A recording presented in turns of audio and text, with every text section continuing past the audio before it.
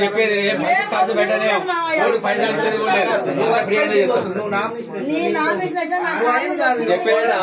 ఓట్లకు పైసలు కూడా అవసరం లేదు. నేను ఎందుకు బదిలాడతానో అర్థం చేసుకో. నీ కొడుకు కొరకే కొడుకు నెల నుంచి బదిలాడతాను. నీ కొడుకు బదిలాడింది వేరు. నీ కొడుకు అంటాడు నువ్వు తినకున్నా తిన్నా. ఇగో ఇప్పుడైతే నువ్వు చేతులు పట్టుకున్నా ఎక్కువ మేము చేస్తాం గాని నువ్వు అంటేనే ఇగో నువ్వు ఓకే చెప్పాలి. ఇంతమంది చెప్పాలి అంతే. తప్పుల విషయం మేము మనిషి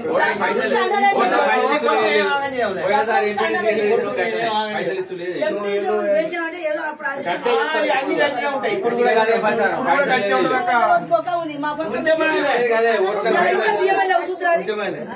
గదే ప్రచారం చేస్తాం మేము. అందరూ పైసలు గదే ప్రచారం చేస్తాం.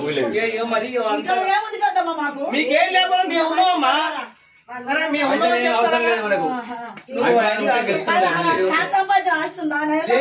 లేదు ఆయన మంచిగా ఉన్నాడు. ఆయనే ఉన్నాడు అట్లా. పైసలు లేకుండా గీత గిట్టే బదిలాడుకున్నావు కాదు. నిన్నేం ఆగం కావాలని మేము కోరుకోవమ్మా. అర్థమైందా? మా సాధ్యమైనంత మేము కూడా పోరాడతాం. మంది నా మనవాదిగో ఇల్లు కాలు పట్టుకుని వేయించుకుంటాం. నీ కొడుకు